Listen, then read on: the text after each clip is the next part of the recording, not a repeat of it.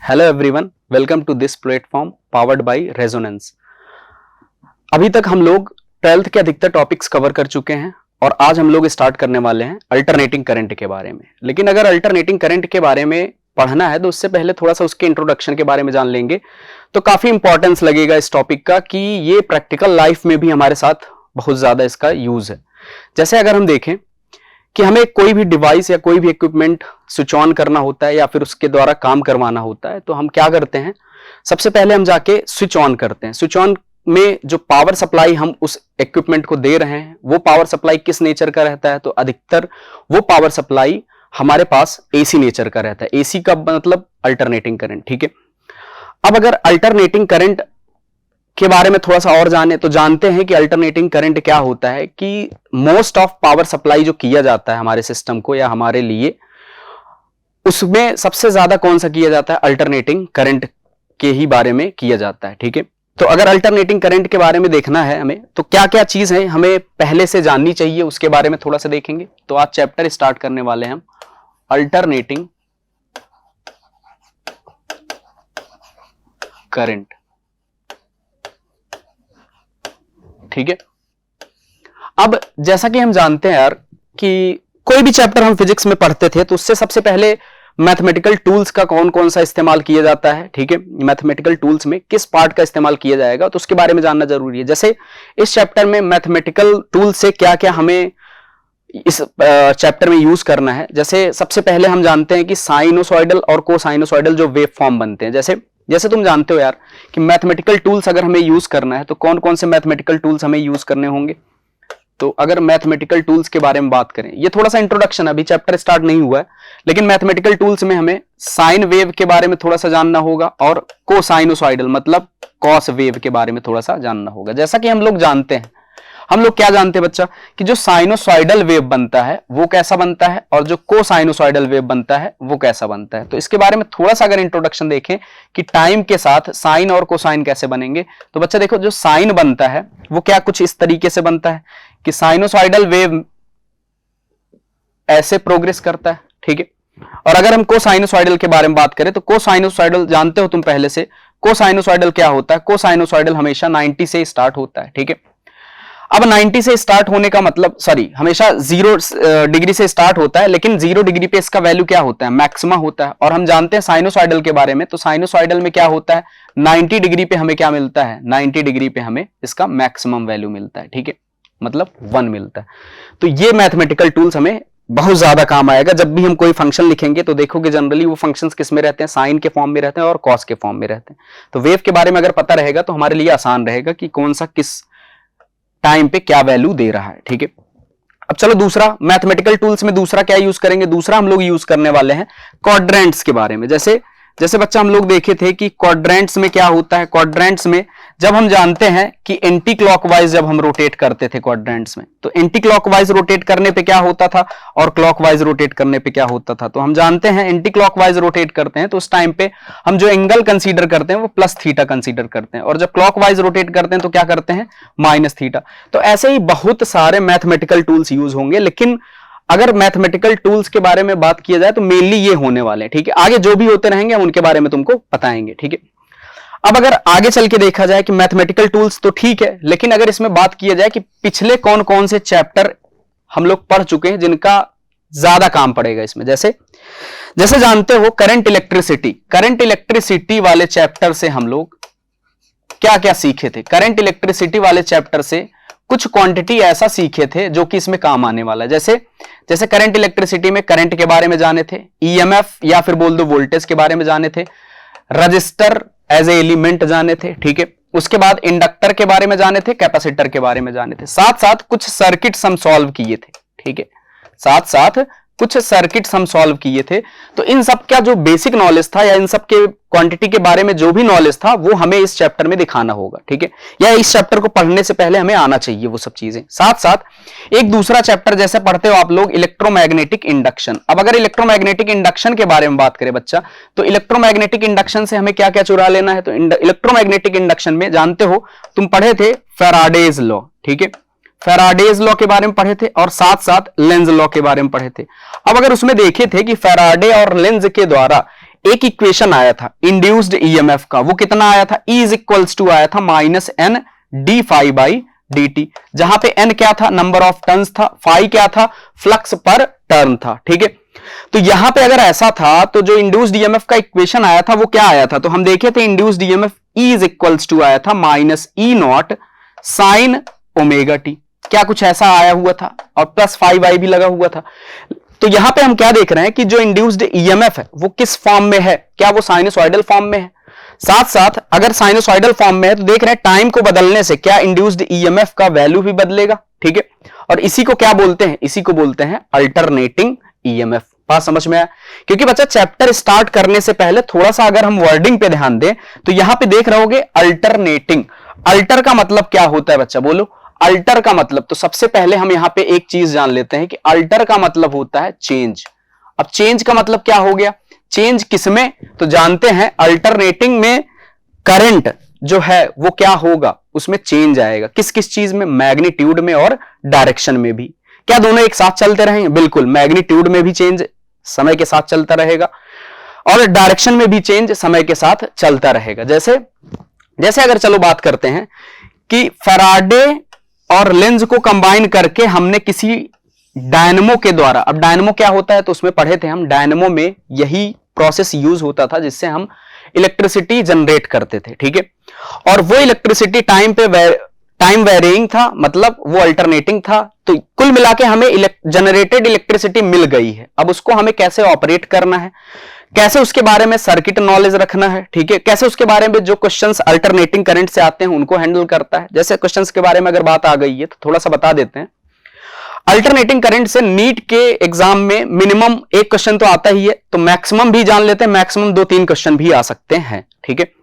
तो इस हिसाब से तो ये काफी इंपॉर्टेंट हुआ, ठीक है, कि कम से कम एक आने ही है, ऐसा है नहीं कि स्किप हो जाएगा, ठीक है, 1-2 क्वेश्चन तो आने ही है। साथ साथ जेईई मेन के भी बारे में बात करें तो उसमें भी कम से कम 1 या 2 क्वेश्चन जरूर आने हैं, उससे ज्यादा भी हो सकते हैं, ठीक है। तो इस चैप्टर का जो एडवांटेज है वो काफी ज्यादा है, ठीक है, कि इससे क्वेश्चंस पक्के हैं, है ना, और काफी आसान चैप्टर भी है बच्चा लोग, ठीक है। अगर हम अच्छे से सीख लेते हैं तो चैप्टर काफी आसान होगा हमारे लिए। तो चलो चैप्टर का स्टार्ट करते हैं, ठीक है। हमें जनरेटेड इलेक्ट्रिसिटी मिल गई है साइनसॉइडल फॉर्म में, अब हमें क्या करना है उसके बारे में एनालिसिस करना है। तो चलो सबसे पहले इस चैप्टर को पढ़ने से पहले थोड़ा सा इसको हम और एक चीज से रिलेट करेंगे। जैसे जैसे हम जानते हैं करंट इलेक्ट्रिसिटी में हम किसके बारे में बात कर रहे थे, हम एक डायरेक्ट करंट के बारे में बात कर रहे थे। करंट इलेक्ट्रिसिटी में हम किसके बारे में बात कर रहे थे, डायरेक्ट करंट के बारे में बात कर रहे थे, ठीक है, जिसको क्या बोलते थे हम, उस डायरेक्ट करंट को हम बोलते थे डीसी करंट, ठीक है। उस डायरेक्ट करंट को क्या बोलते थे हम, डीसी करंट बोलते थे, है ना। डीसी एसी के बारे में जानते हो तुम लोग, ठीक है। तो डायरेक्ट करंट इधर लिखेंगे और इधर अल्टरनेटिंग करंट लिखेंगे। अब अगर हम बात करें कि अल्टरनेटिंग को थोड़ा अगर डीसी से कंपेयर किया जाए, जैसे कंपेयर करने का मतलब क्या हुआ कि उसमें क्या क्वालिटीज हैं और इसमें क्या क्वालिटीज हैं, अगर इनको कंपेयर किया जाए तो थोड़ा सा हमें आइडिया ये आ जाएगा कि एसी पढ़ना थोड़ा हमारे लिए आसान हो जाएगा, ठीक है। जैसे जैसे सबसे पहला पॉइंट अगर हम कंसीडर करें, इसमें सबसे पहला पॉइंट क्या कंसीडर करेंगे कि जो डायरेक्ट करंट होता है, ठीक है, ये क्या होता है, तो डायरेक्ट करंट जो होता है वो हमेशा यूनिडायरेक्शनल होता है। अब डायरेक्ट करंट यूनिडायरेक्शनल का मतलब क्या हुआ बच्चा, डायरेक्शन का अगर हम बात करें तो 2 डायरेक्शन हमारे पास होते हैं। जैसे देखे थे जब हम लोग बात करते थे वहां पे डायरेक्शन निकालने के लिए, तो किसी का पॉजिटिव आता था, किसी का निगेटिव आता था, तो उससे डायरेक्शन बताते थे। जैसे अभी मान लो हम करंट इस तरफ से इस तरफ फ्लो करवा रहे हैं और इसको अगर +5 एम्पियर बोल रहे हैं, तो जब करंट इस तरफ से इस तरफ की फ्लो होता था तब उसको हम क्या बोलते हैं, उसको बोलते हैं -5 एम्पियर। बात समझ में आया? तो इसका मतलब जो प्लस और माइनस होता है वो क्या बताता है, डायरेक्शन बताता है। जैसे जैसे यहां पे बात करें यूनिडायरेक्शनल का मतलब क्या समझ रहे हो, तो बच्चा देखो यूनिडायरेक्शनल का मतलब ये समझ रहे हैं हम कि जैसे मान लेते हैं ये एक टाइम का एक्सिस है, ठीक है, और इस पे हमें देखना है कि जो हमारा करंट होगा किस नेचर वाला करंट, डीसी नेचर वाला। तो बच्चा इसको हम आईडीसी लिखते हैं। ये करंट किस टाइप से यहां पे बनाया जा सकता है, ठीक है। तो अगर यूनिडायरेक्शनल का बात करेंगे तो हमेशा यूनिडायरेक्शनल जो करंट बनता है वो कैसा बनता है, तो यूनिडायरेक्शनल करंट हमेशा कुछ इस तरीके से बनता है। जैसे जैसे मान लो एक बैटरी के द्वारा हमें डीसी करंट देना है, तो वो कितना एम्पियर मान लेते हैं, चलो 10 एम्पियर का फ्लो करवा रही है। अगर वो 10 एम्पियर हमारे डिवाइस को दे रही है तो उस करंट का जो फ्लो होगा वो टाइम के साथ कैसा होगा, तो जैसे जैसे हम इस एक्सिस से इधर बढ़ते चले जाएंगे तो टाइम के साथ जो करंट होगा वो क्या है, क्या वो एक कांस्टेंट मैग्नीट्यूड का है, और साथ साथ अगर देखें यहां पे कि इसका जो डायरेक्शन है वो क्या वेरी कर रहा है, बिल्कुल नहीं, इसका डायरेक्शन भी क्या है, इसका डायरेक्शन भी कांस्टेंट है, मतलब इसका डायरेक्शन वेरी नहीं कर रहा है। तो इसका मतलब हमें ये लगातार टाइम के साथ लगातार कितना दे रहा होगा, 10 एम्पियर। हाँ, अलग बात ये है कि अब अगर ये 10 एम्पियर तुम बोल रहे होगे लगातार दे रहा है, नहीं नहीं, अगर बैटरी का कैपेसिटी हमेशा फुल रहेगा तब 10 एम्पियर देता रहेगा, धीरे धीरे डिके तो करता ही है। बात समझ में आया? ठीक है, तो उसका बात नहीं है। लेकिन अगर हम देखें तो ये सोर्स कुछ टाइम के लिए क्या कर रहा होगा, पूरा का पूरा 10 एम्पियर एक कांस्टेंट मैग्नीट्यूड के साथ दे रहा होगा। ठीक है, ऐसे ही अगर हम अल्टरनेटिंग करंट के बारे में बात करें तो अल्टरनेटिंग करंट के बारे में क्या खासियत है, तो जैसे ये यूनिडायरेक्शनल होता है तो अल्टरनेटिंग करंट क्या होता है, ये हमारा बाई डायरेक्शनल होता है।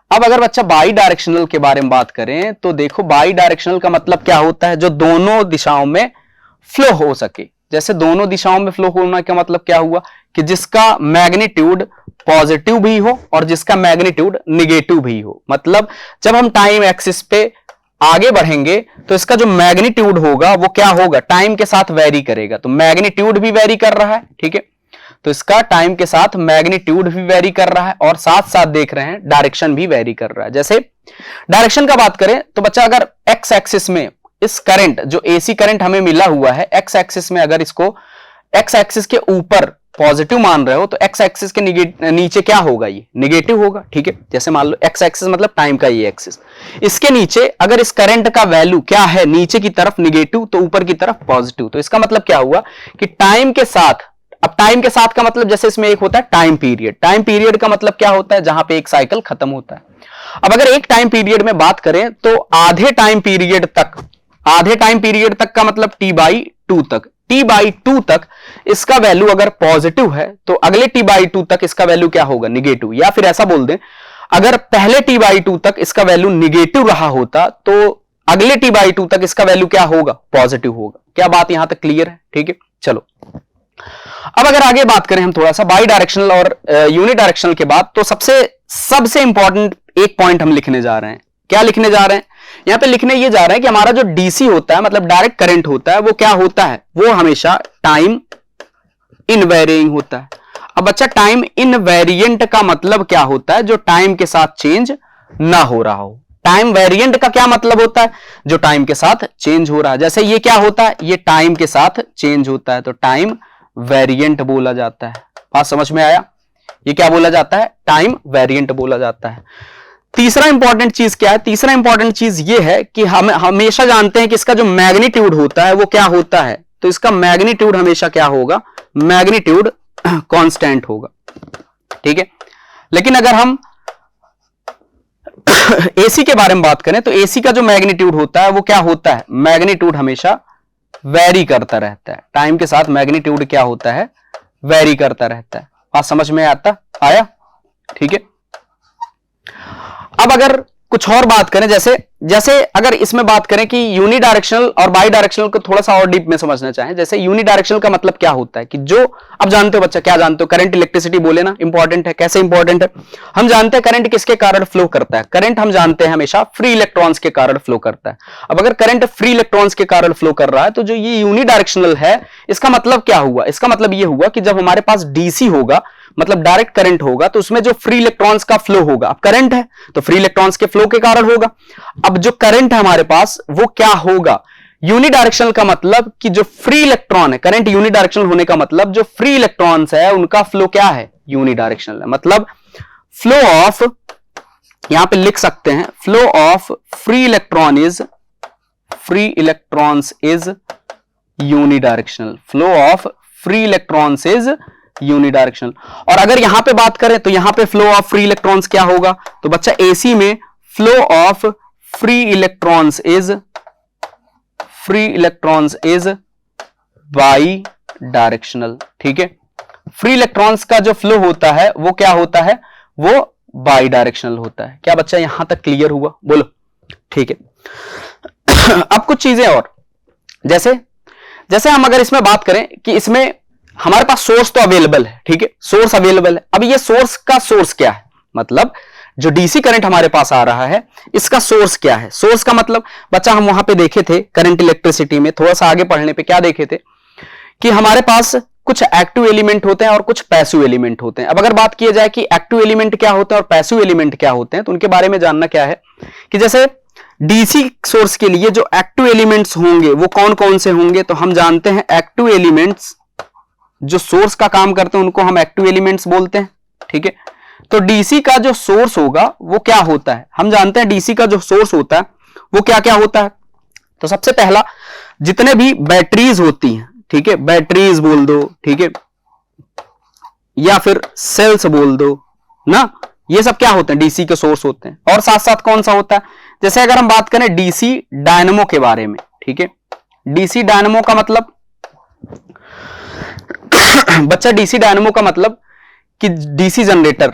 अब जनरेटर क्या होता है, तो जनरेटर तो तुम अपने आसपास भी देखे होगे, लेकिन जनरेटर टॉपिक हम लोग इलेक्ट्रोमैग्नेटिक इंडक्शन में थोड़ा सा डिस्कस किए थे ना कि डायनेमो क्या होते हैं। जैसे बताया था ना अभी कुछ देर पहले, क्या बताए थे कि ये जो ईएमएफ आया था ये कहां पे आया था, तो किसी डायनेमो में कॉइल में आया था, किसी डायनेमो के कॉइल में आया था, मतलब जनरेटर के, ठीक है। तो वैसे ही डीसी का भी एक डायनेमो होता है जिसके द्वारा केवल डीसी लेते हैं। ऐसे ही एसी का भी डायनेमो होता है। जैसे जैसे अगर हम बात करेंगे कि एसी का हमारा एक्टिव एलिमेंट क्या है, तो अगर हम एक्टिव एलिमेंट का बात करें तो एसी के लिए एक्टिव एलिमेंट कौन कौन से होंगे, तो एक्टिव एलिमेंट इसका जो एसी मेंस होता है। अब बच्चा एसी मेंस, क्या ये चीजें तुम्हारे समझ में आ रही हैं? मेंस का मतलब क्या होता है, जैसे कई बार सुने होंगे कि मेन का स्विच ऑफ हो गया, जाके उसको एमसीबी ऑफ हो गया उसको उठा दो, ठीक है। मेंस का मतलब क्या होता है, जैसे हमारे घर में पावर सप्लाई आ रही है, तो पावर सप्लाई कहां से आ रही है, तो उसके लिए क्या करते हो, एक बड़ा सा केबल लाते हो और उस केबल को किसी जो बाहर पोल जिसपे कई वायर गए हुए हैं, ट्रांसमिशन जिसको हम डिस्ट्रीब्यूशन लाइन बोलते हैं, ठीक है, तो उस पे कई वायर गए हुए। अब वहां से हम क्या करते हैं, वो एक्टिव रहता है, तो वहां से हम क्या करते हैं, अपने घर में पावर अगर सप्लाई लेना है तो उस केबल को वहां से कनेक्ट करके पावर सप्लाई लेते हैं, तो उसी को हम क्या बोलते हैं, एसी मेंस बोलते हैं, ठीक है। तो एसी मेंस होता है स्रोत। और एसी मेंस का भी सोर्स क्या होता है, मतलब अगर एसी के सोर्स के बारे में बात करें तो डायरेक्टली हम एसी डायनेमो का भी यूज कर सकते हैं। एसी डायनेमो का मतलब क्या होता है बच्चा, जो ऐसा जनरेटर जो एसी जनरेट करे, ठीक है, तो एसी जनरेटर को एसी डायनेमो बोलते हैं और डीसी जनरेटर को डीसी डायनेमो बोलते हैं, ठीक है। तो इतना डीप में तो हमें नहीं जानना है कि एसी जनरेटर क्या होते हैं, डीसी जनरेटर क्या होते हैं, लेकिन बस एक चीज क्लियर कर लेना अपने दिमाग में, क्या कि डीसी जनरेटर होगा तो डीसी देगा, मतलब डायरेक्ट करंट का सप्लाई देगा, और अगर एसी जनरेटर होगा तो वो अल्टरनेटिंग करंट का सप्लाई देगा। बात समझ में आई यहां तक, बोलो, ठीक है।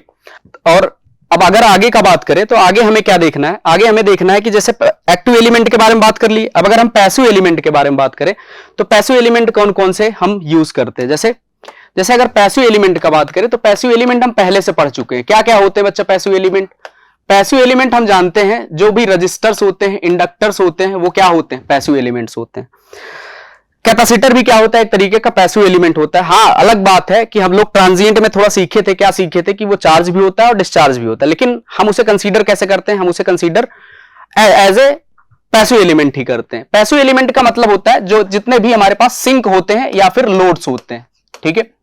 अब जैसे यहां पे बात किया जाए कि पैसिव एलिमेंट कौन कौन से होंगे, तो बच्चा होते तो तीनों हैं, आर एल और सी तीनों होते हैं, ठीक है। साथ साथ इसमें भी कौन कौन से यूज होंगे, एसी के लिए भी हमारे जो पैसिव एलिमेंट्स होंगे तीनों होंगे। लेकिन जब हम इंडक्टर पढ़ रहे थे तो इंडक्टर में हम क्या देखे थे कि inductor does not act with DC source. क्या रीजन था, रीजन ये था कि इंडक्टर को जब डीसी सोर्स के साथ कनेक्ट किया जाता है तो इंडक्टर किसकी तरह काम करता है, एक शॉर्ट सर्किट की तरह काम करता है। और जब हम कैपेसिटर को भी एक डीसी सोर्स के साथ लगाते थे तो कैपेसिटर किसकी तरह काम करता था, एक ओपन सर्किट की तरह काम करता था। इसका मतलब यह हुआ कि पैसिव एलिमेंट तो हमारे पास तीनों होंगे, लेकिन जब हम डीसी सोर्स के साथ उस पैसिव एलिमेंट को कनेक्ट करेंगे, जैसे कि रजिस्टर, तो रजिस्टर तो काम करेगा बच्चा, अगर रजिस्टर को हम यूज करेंगे तो रजिस्टर तो काम करेगा, लेकिन क्या इंडक्टर और कैपेसिटर काम करेंगे, बिल्कुल नहीं। इंडक्टर और कैपेसिटर डीसी सोर्स के साथ काम नहीं करते हैं। क्या हो जाता है, inductor as a short circuit काम करने लगता है और capacitor as a open circuit काम करने लगता है। लेकिन अगर यहां पे हम बात करें तो यहां पे जो तीनों एलिमेंट आर, एल और सी एज ए पैसिव एलिमेंट काम करेंगे, क्या ये AC के साथ तीनों काम करेंगे? बिल्कुल बच्चा, AC के साथ तीनों ही एलिमेंट काम करते हैं। क्या यहां तक बात क्लियर है? ठीक है, ये हो गया पैसिव एलिमेंट के बारे में। तो अगर AC और DC का थोड़ा डिफरेंस हम जान चुके हैं तो थोड़ा सा ये भी जान लेते हैं कि हमारे जैसे इंडिया में, ठीक है, इंडिया में अगर बात करें कि नोटेशंस, या फिर ऑल ओवर वर्ल्ड बात कर सकते हैं कि नोटेशंस क्या यूज होते हैं। तो जैसे इसके लिए थोड़ा सा एग्जांपल, जैसे मान लो हमारे पास, अगर हम थोड़ा सा नोटेशंस के बारे में देखना है हमें, तो नोटेशंस के बारे में क्या देखेंगे हम बच्चा? नोटेशंस के बारे में अगर जानना चाहें तो हम हमेशा आगे चल के दिखाएंगे तुमको कि जो भी हम अल्टरनेटिंग करंट दिखाएंगे, ठीक है, अल्टरनेटिंग करंट का जो नोटेशन होगा वो क्या यूज करेंगे? I is equals to I naught sine of omega T plus phi, ये फुल फॉर्म हम यूज करेंगे। लेकिन अब अगर बोला जाए, जैसे अभी स्टार्टिंग में क्या बताया था, मैं ये बताया था कि हमारे घर में जो भी सप्लाई आता है वो इस फॉर्म में आता है, तो ये बात तो सही है। लेकिन हम जब देखते हैं, जैसे मान लो पंखे का रेटिंग देखते हैं, या फिर कोई बल्ब हमारे घर में लगा है, या फिर कोई भी डिवाइस है, कोई भी इलेक्ट्रॉनिक डिवाइस है, या फिर कोई भी इलेक्ट्रिकल डिवाइस है, तो उसमें हम क्या देखते हैं, हमारे जो रेटिंग्स लिखा होता है वो रेटिंग्स कैसा लिखा रहता है? क्या वो रेटिंग्स वोल्टेज, पावर और फ्रीक्वेंसी के टर्म में लिखा रहता है? जैसे अगर ऑल ओवर इंडिया बात करें हम, तो 50 हर्ट्ज हम यूज करते हैं किसके लिए? इलेक्ट्रिकल सप्लाई के लिए। मतलब अगर इलेक्ट्रिकल सोर्स है, इलेक्ट्रिकल सोर्स होगा, मतलब पावर सप्लाई होगा, तो हमें कैसा, किस फ्रीक्वेंसी पे वो पावर सप्लाई मिल रहा होगा? वो एसी सोर्स किस फ्रीक्वेंसी पे? तो 50 हर्ट्ज पे मिलेगा। और जनरली अगर हाउस होल्ड्स का बात करें, हाउस होल्ड का मतलब बच्चा तुम्हारे घर तक, तो तुम्हारे घर तक जो बिजली आती है वो कितने वोल्ट पे आती है? वो हमेशा 220 वोल्ट पे आती है। अब अगर वो 220 वोल्ट पे आती है तो इनमें से कौन सी क्वांटिटी का वैल्यू 220 वोल्ट है, ये भी हमें जानना होगा। साथ साथ ये फ्रीक्वेंसी किस टर्म से रिलेटेड होगी? तो देखो यार, कुछ चीजें हैं जो हम पहले से करंट, इलेक्ट्रिसिटी या इलेक्ट्रोमैग्नेटिक इंडक्शन या कई जगहों पे पढ़ चुके हैं, लेकिन इसके बारे में हम तुमको पूरा बताएंगे। उससे पहले हमें कुछ और भी चीजें बतानी है। जैसे ये 220 वोल्ट, इनमें से कौन सी क्वांटिटी है? तो बच्चा इनमें से कोई भी क्वांटिटी 220 वोल्ट को नहीं दिखाती। तो 220 वोल्ट है क्या? तो आज से हमेशा और हमेशा अपने दिमाग में एक चीज याद करके रख लो। क्या रख लो? कि ये जो हमेशा 220 वोल्ट होता है, ये क्या होता है? ये हमेशा एक RMS वैल्यू होता है। हमेशा क्या होता है? RMS वैल्यू होता है। और ये जो 50 हर्ट्ज होता है, ये क्या होता है? ये हमेशा फ्रीक्वेंसी को डेनोट करता है। किसमें? हर्ट्ज में। फ्रीक्वेंसी का दूसरा भी यूनिट क्या है उसके बारे में हम आगे बात करेंगे, अभी इसके बारे में और भी बताएंगे। लेकिन उससे पहले क्या हमें कंसीडर करना है? उससे पहले कुछ ये चीज जानना है कि जैसे जो नोटेशंस यूज करे जाएंगे करंट सोर्स के लिए और वोल्टेज सोर्स के लिए, जैसे बच्चा अगर कहीं सप्लाई लगा रहेगा तो सप्लाई लगाने का तरीका क्या है? सप्लाई लगाने का कुछ ऐसा तरीका है, जैसे देखो, जो करंट सोर्स होगा उसको हम कैसे दिखाते हैं? तो अगर हम बात करें यहां पे करंट सोर्स का और इधर बात करें वोल्टेज सोर्स का, तो जो करंट सोर्स हम दिखाते हैं वो कैसा दिखाते हैं? तो अगर अल्टरनेटिंग करंट सोर्स होगा तो उसको दिखाने का तरीका कुछ इस तरीके से होता है। ये करंट को दिखा रहा है और ये क्या बता रहा है कि ये करंट कैसा है? साइनोसॉइडल करंट है। बात समझ में आया? ठीक है। ऐसे ही अगर वोल्टेज सोर्स के बारे में बात करेंगे तो वोल्टेज सोर्स को कैसे दिखाया जाता है? तो ऐसे साइनोसॉइडल वेव बना दिया जाता है। तो ये क्या बताता है? कि वोल्टेज सोर्स का है। ठीक है। लेकिन अगर मैथमेटिकल एक्सप्रेशन लिखे इसका, तो इसका मैथमेटिकल एक्सप्रेशन कुछ इस तरीके से हम लिख सकते हैं, I is equals to I naught sine omega T plus phi. ठीक है। और अगर वोल्टेज का भी लिखेंगे तो वोल्टेज का भी लिख सकते हैं, V is equals to V naught, या फिर E is equals to E naught, जो भी तुम्हें लिखना होगा। V is equals to V naught sine of omega T. क्या यहां तक बात क्लियर है? ठीक है। अब अगर इन दोनों में देखें तो ये तो साफ साफ दिख रहा है कि हमारा जो ये वेव फॉर्म का मैथमेटिकल एक्सप्रेशन लिखा हुआ है ये किस फॉर्म में है? क्या ये साइन के फॉर्म में है?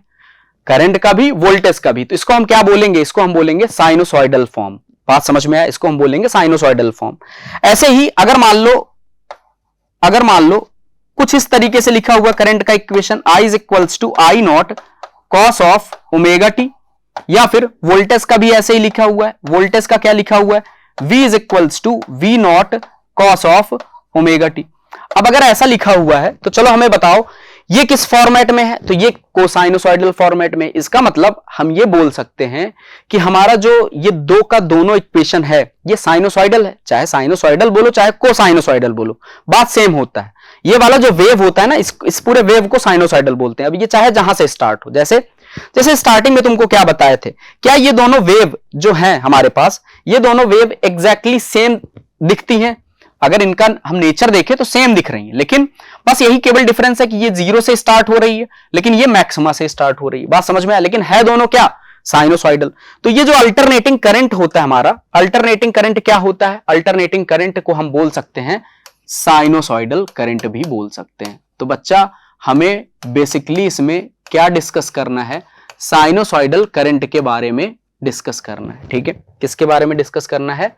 साइनोसॉइडल करंट के बारे में। ठीक है, मतलब हमें अब साइनोसॉइडल ये थोड़ा कंफ्यूज कर रहा है ना। ठीक है, तो इसका जो कंफ्यूजन है वो थोड़ा दूर कर लेते हैं। जैसे जैसे कुछ ऐसी चीजें बता रहे हैं जो तुमको पढ़ाना तो नहीं है, लेकिन अगर उनके बारे में जान जाओगे तो थोड़ा सा डिफरेंस क्रिएट करने के लिए तुम सही रहोगे। जैसे जैसे अगर यहां पे बात किया जाए कि नॉन साइनोसॉइडल क्या होता है। बच्चा देखो, इस टॉपिक को बिल्कुल भी नहीं पढ़ना है तुम्हें, लेकिन बस इसके बारे में थोड़ा सा हम बताएंगे तुमको। पढ़ना नहीं है, लेकिन थोड़ा सा जानना क्या है कि जैसे अगर बात किया जाए यहां पे कि नॉन साइनोसॉइडल क्या होता है। जैसे बच्चा नॉन साइनोसॉइडल के बारे में बात करें तो नॉन साइनोसॉइडल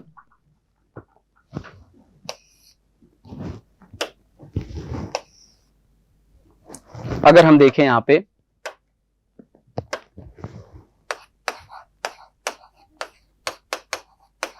तो देखो नॉन साइनोसॉइडल क्या होता है।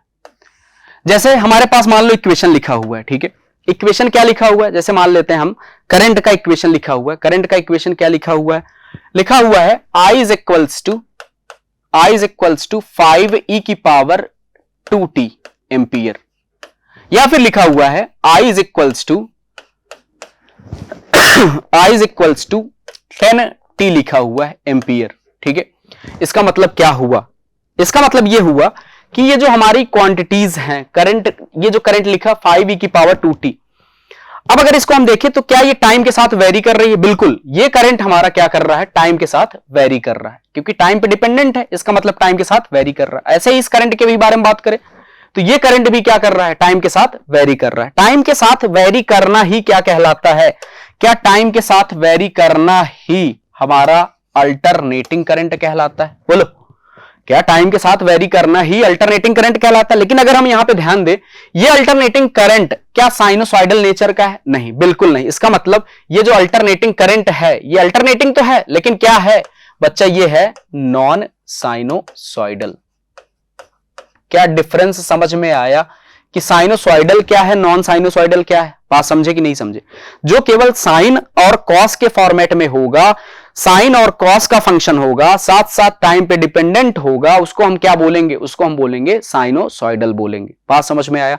उसके अलावा जितने भी हैं अगर टाइम पे डिपेंड कर रहे हैं तो उनको हम क्या बोलेंगे? उनको हम फिर एसी तो बोलेंगे, लेकिन किस टाइप का? नॉन साइनोसॉइडल एसी बोलेंगे।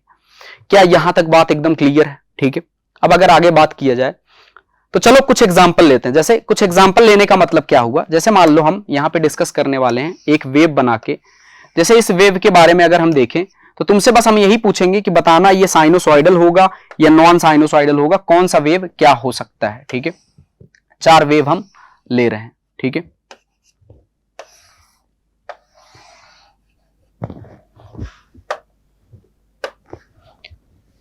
पहला वेव है और आगे बढ़ा लेते हैं। ऐसे ऐसे कंटिन्यूअस ये चलता रहता है। ठीक है, फिर उसके बाद यहां पे एक दूसरा वेव ले कंसीडर कर लेते हैं, है ना? ऐसे फिर आगे कंटिन्यूअस ये चल रहा है। ठीक है, आगे ऐसे कंटिन्यूअस चल रहा है। फिर उसके बाद एक तीसरा वेव ले लेते हैं। जैसे तीसरा वेव चलो कंसीडर कर लेते हैं यहां पे।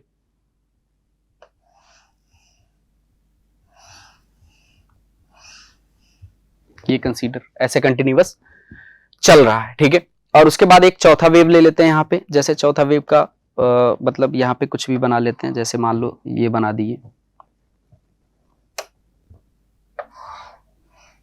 ऐसा कुछ। ठीक है, ऐसा वेव बना दिए ना सब। अब इसमें ये करंट का फंक्शन है। ठीक है, ऊपर करंट है या वोल्टेज है, जो भी मान लो। करंट वोल्टेज क्या था ये बताए थे कि जैसा करंट होगा, सॉरी जैसा वोल्टेज होगा वैसा करंट होगा। ठीक है, और ये वाला जो एक्सिस है हमारे पास, ये क्या है, ये टाइम का एक्सिस है, ठीक है ना। तो करंट वर्सेस टाइम हम बनाए हुए हैं, कितने, 4। अब इसमें हमें बताना है दो चीजें, किसके बारे में, ये इसका नेचर क्या है। नेचर होने का मतलब बच्चा जैसे एसी है या डीसी है, ठीक है। साथ साथ ये बताना है कि अगर एसी है तो क्या ये साइनोसॉइडल है या नॉन साइनोसॉइडल है, इसके बारे में बताना है। तो अगर यहां पे हम बात करें तो जैसा कि अभी तक आप लोग सीख चुके हो, क्या सीख चुके हो कि अगर टाइम के साथ बदल रहा होगा, टाइम के साथ अगर बदल रहा होगा, क्या, डायरेक्शन और मैग्नीट्यूड। डायरेक्शन और मैग्नीट्यूड डिफरेंस नहीं समझ में आया सर, तो क्या है डिफरेंस बच्चा। अगर यहां पे देख रहे होगे, इस करंट वाले में देखो, अगर इस करंट में देखो, टाइम के साथ डायरेक्शन और साथ साथ मैग्नीट्यूड तो देख ही रहे हो, कभी मैक्सिमम है, कभी 0 है, कभी उससे कम, मतलब उसके बीच में, ठीक है। तो पहली बात तो क्या चेंज हो रहा है, पहली बात इसमें मैग्नीट्यूड चेंज हो रहा है और साथ साथ डायरेक्शन भी चेंज हो रहा है। लेकिन अगर यहां पे देखें तो बच्चा यहां पे भी मैग्नीट्यूड तो चेंज हो रहा है टाइम के साथ, कभी 0, कभी मैक्सिमम, कभी उसके बीच में। तो क्या चेंज हो रहा है, मैग्नीट्यूड तो चेंज हो रहा है, लेकिन क्या यहां पे अगले हाफ साइकिल या जो भी बोलो अगले साइकिल में क्या यहां पे डायरेक्शन चेंज हो रहा है, नहीं चेंज हो रहा है। ऐसे ही यहां पे देख लो, डायरेक्शन बिल्कुल बच्चा डायरेक्शन चेंज हो रहा है, आगे ऐसे बढ़ता चला जाएगा, डायरेक्शन चेंज हो रहा है। मैग्नीट्यूड बिल्कुल, मैग्नीट्यूड कुछ देर के लिए मैक्सिमम है, कुछ पे 0 है, ऐसे बदल रहा है, मैग्नीट्यूड भी बदल रहा है। लेकिन अगर इसमें देखें तो इसमें मैग्नीट्यूड तो बदल रहा है, लेकिन क्या डायरेक्शन बदल रहा है, नहीं, बिल्कुल डायरेक्शन नहीं बदल रहा है। इसका मतलब क्या हुआ कि जिसमें मैग्नीट्यूड और डायरेक्शन दोनों चेंज होंगे उसको हम क्या बोलेंगे, alternating, otherwise DC, otherwise direct. इसका मतलब ये जो करंट है ये कैसा है, हमारा एसी है, कैसा है, एसी है। ये क्या है, ये भी एसी है, अल्टरनेटिंग करंट है। लेकिन अगर इसके बारे में देखें तो ये क्या है, ये हमारे पास एक डायरेक्ट करंट का वेव है, ये भी हमारे पास क्या है, एक डायरेक्ट करंट का वेव है। क्या यहां तक बात क्लियर है, बोलो, ठीक है। अब बात आती है कि अगर एसी है तो एसी किस टाइप का है, साइनोसॉइडल फॉर्मेट का है या फिर नॉन साइनोसॉइडल फॉर्मेट का है। अगर नॉन साइनोसॉइडल फॉर्मेट का होता है तो क्या बताए थे, क्या नहीं होना चाहिए। तो अगर वो साइन का या कॉस का फॉर्मेट में उसका मैथमेटिकल एक्सप्रेशन नहीं होगा तो उसको हम क्या बोल देंगे, क्या हम उसको डायरेक्टली बोल सकते हैं नॉन साइनोसॉइडल। जैसे पहला वाला अगर देखें तो क्या ये साइन वेव की तरह बना हुआ है, या फिर अगर कॉस का बना होता तब भी साइनोसॉइडल होता। इसका मतलब क्या हुआ कि ये हमारा किस नेचर का है, साइनोसॉइडल एसी नेचर का है, ठीक है। और ये क्या है, क्या ये नॉन साइनोसॉइडल है, बिल्कुल बच्चा, ये हमारा क्या है, नॉन साइनोसॉइडल है। बोलो, क्या यहां तक बात क्लियर है। अब अगर ऐसे ही डीसी में बात करें तो डीसी में ऐसा कोई कॉन्सेप्ट है नहीं कि साइनोसॉइडल या नॉन साइनोसॉइडल बोला जाएगा, ठीक है। तो यहां तक हम नोटेशंस के बारे में बात कर चुके हैं। अब अगर हम नेक्स्ट बात करें कि ये जो नोटेशंस हम यूज किए इसके बारे में थोड़ा सा और, जैसे हर एक क्वांटिटी के बारे में, जैसे हर एक क्वांटिटी के बारे में मतलब बच्चा अभी कुछ देर पहले हम क्या लिखे हुए थे, यहाँ पे कुछ देर पहले हम एक इक्वेशन लिखे हुए थे कि आगे चल के हम क्या बताए थे तुमको, आगे चल के यही इक्वेशन हम हर जगह यूज करने वाले हैं और इसी के बारे में हमें जानना है। तो इसमें जो भी क्वांटिटी यूज की गई है उन क्वांटिटी के बारे में हमें थोड़ा सा ज्यादा तरीके से जानना होगा, उनके यूनिट्स के बारे में जानना होगा, उनको क्या बोलते हैं, उनको कैसे एनालिसिस करते हैं, उनके बारे में कैसे उनका वैल्यू निकालते हैं। अगर हमें मान लो कोई क्वेश्चन दिया होगा, जैसे इस पे हम तुमको 2-3 क्वेश्चंस भी कराएंगे, ठीक है। चलो अगर बात किया जाए अगले पेज पे, तो यहां पे अगर हम देखें कि हमारे पास लिखा हुआ है I is equals to, notations में भी ये सब चीजें चल रही हैं, अभी कुछ बदला नहीं गया है, ठीक है, टॉपिक वही है। I naught sine omega T plus phi अगर लिखा हुआ है हमारे पास तो इसमें एक एक क्वांटिटी के बारे में हम जानेंगे। जैसे अगर सबसे पहले इसके यूनिट के बारे में बात करें तो I को हम क्या बोलते हैं, यहां पे I को हम बोलते हैं इंस्टेंटेनियस वैल्यू ऑफ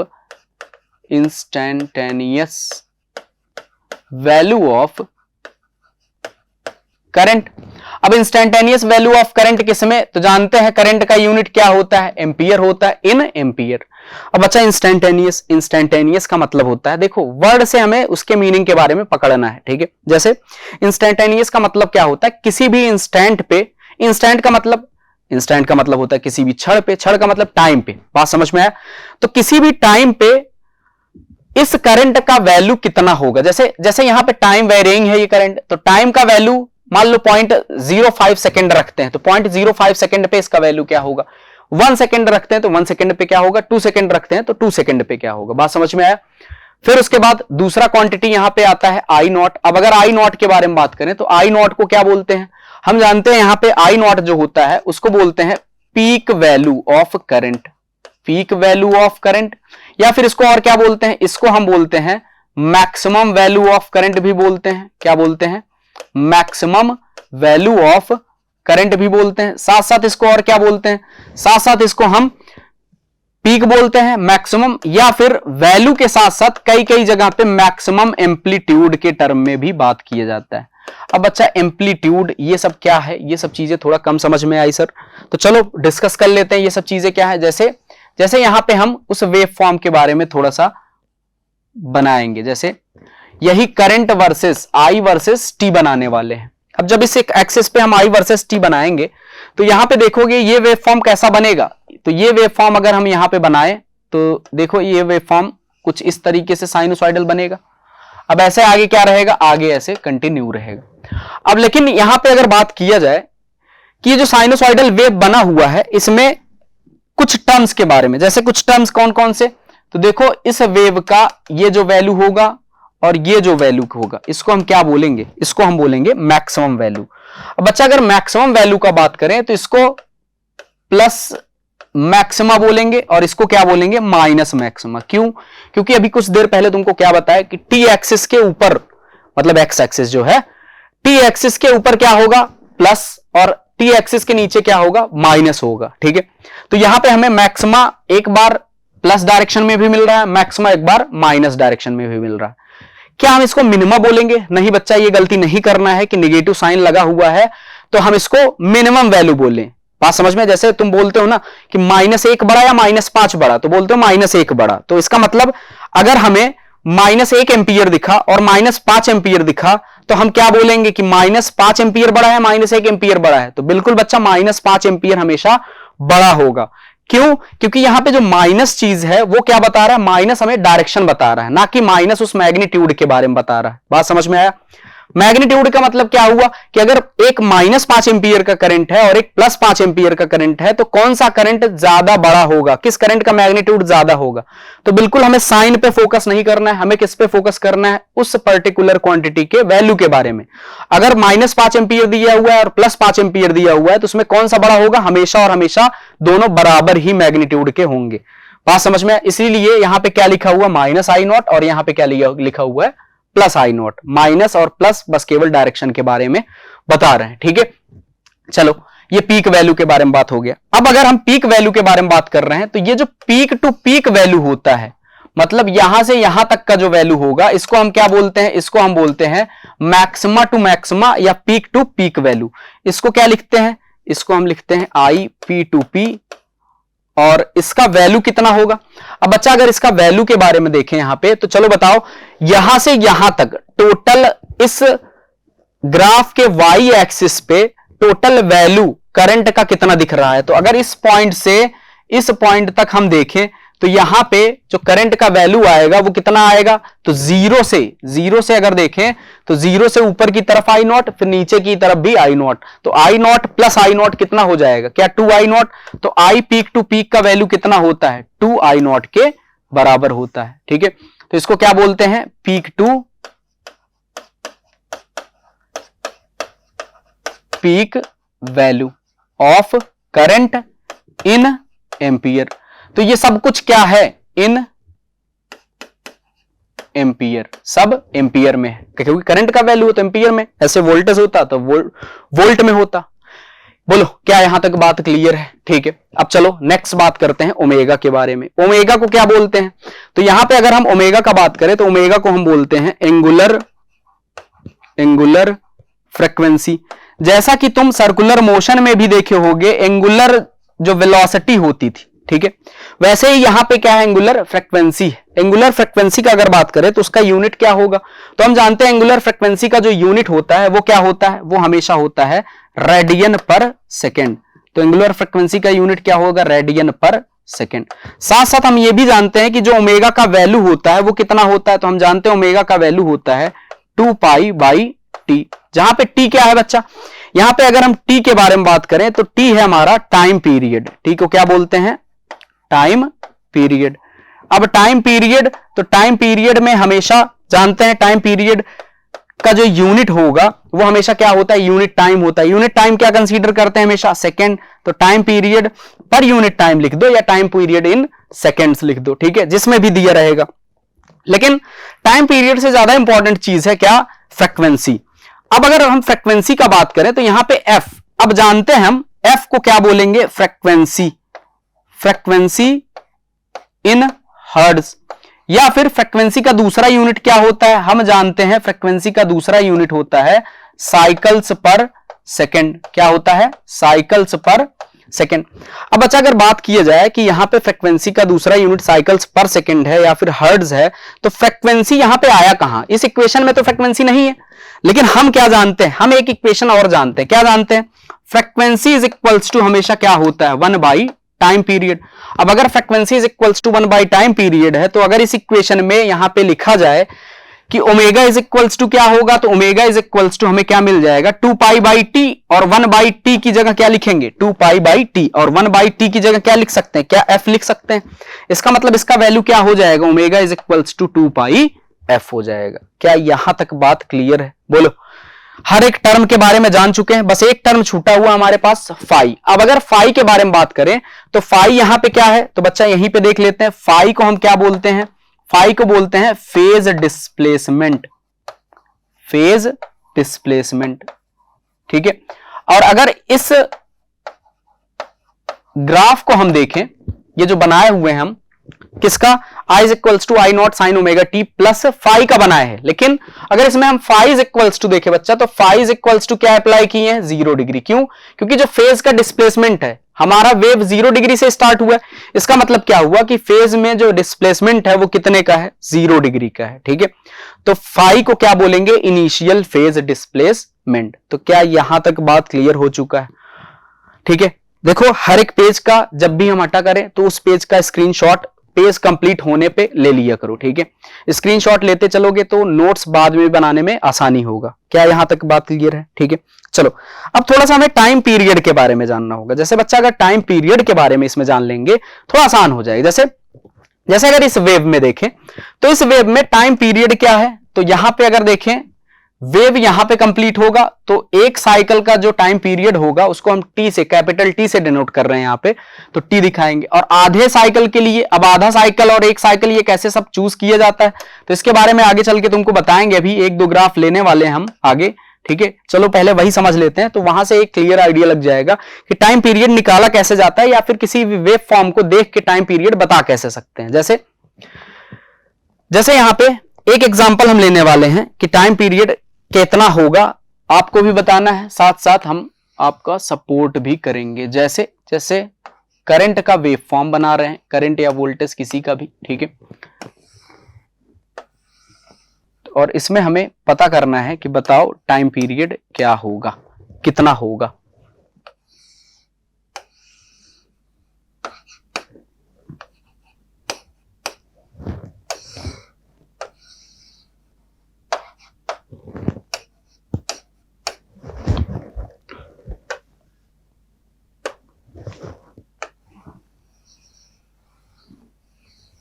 अब ऐसे वेव आगे बढ़ता चला जा रहा है, ठीक है।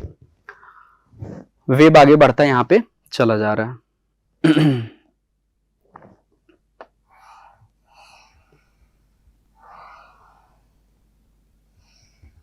इसमें भी वेव आगे बढ़ता चला जा रहा है।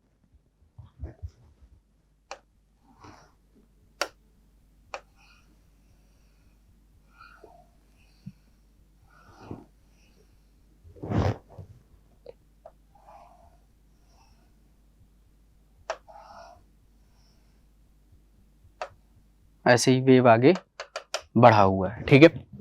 अब हमें यहां पे बताना है कि किसमें टाइम पीरियड कितना कितना होगा या कहां पे दिखाया जाएगा। जैसे टाइम पीरियड कहां कहां दिखाया जा सकता है, तो पहले हम तुमको बता देते हैं टाइम पीरियड निकाला कैसे जाता है। बच्चा टाइम पीरियड, एक साइकिल जितनी देर में कंप्लीट कर रहा है उसी को क्या बोलते हैं, टाइम पीरियड बोलते हैं। अब एक साइकिल कैसे पहचानना जाएगा, तो बच्चा देखो साइकिल पहचानने का तरीका क्या होता है कि एक साइकिल तब कंप्लीट कर लेगा वो वेव जब वापस से जहां से शुरू हुआ था वैसा ही कर्व बनने लगे।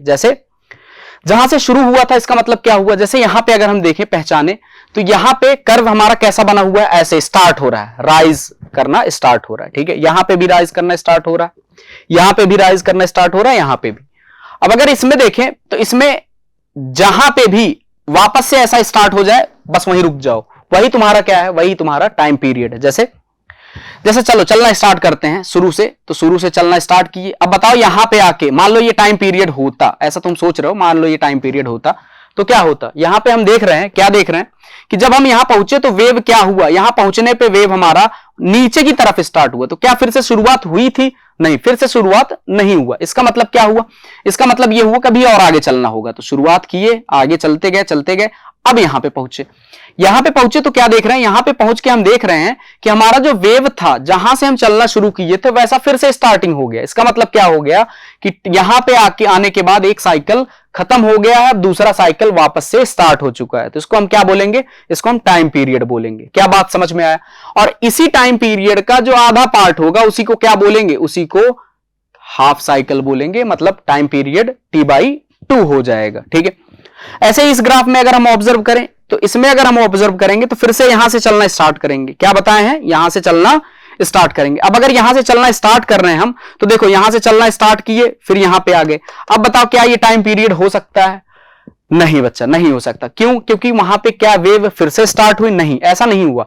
वहां पे वेव नीचे की तरफ गया, फिर उसके बाद फिर आगे चले, यहां पहुंचे। अब यहां पे कुछ कुछ लग रहा है टाइम पीरियड बोल सकते, कैसे, क्योंकि वेव जहां से शुरुआत हुआ था वहीं से वापस से इस पॉइंट पे शुरुआत कर रहा है। इसका मतलब इसके लिए जो टाइम पीरियड होगा वो क्या होगा, क्या ये टाइम पीरियड T होगा, तो ये क्या होगा, ये T/2 होगा। ये क्या होगा, क्या अगर तुमको बताना चाहें तो यहां पे इसको T/4 भी बोल सकते हैं, क्योंकि इसको अगर सही सेक्शन में डिवाइड करें तो ये पूरा T है, तो ये कितना होगा T/2, ये T/2 तो इसका आधा, ये कितना होगा T/4 होगा। तो थोड़ा टाइम पीरियड के बारे में हमें क्लियर रहना होगा, ठीक है।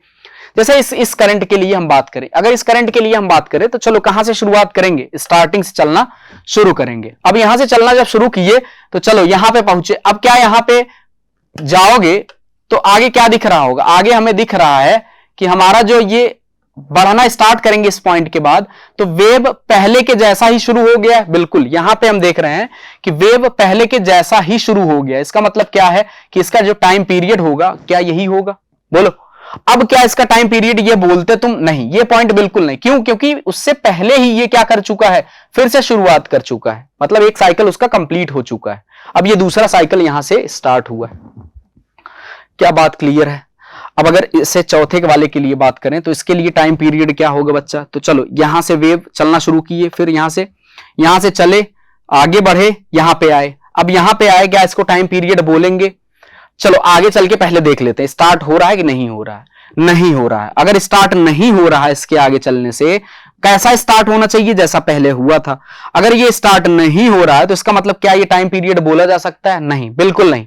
इसका मतलब टाइम पीरियड हम कब बोलेंगे, जब आगे चल के देखेंगे कि यहां पे वेव हमारा वापस से स्टार्ट हुआ है, तो इसका मतलब एक साइकिल कंप्लीट कर लिया, मतलब इसका टाइम पीरियड कहां होगा, यहां होगा, टी वैल्यू का होगा। क्या टाइम पीरियड के बारे में बात क्लियर है, ठीक है।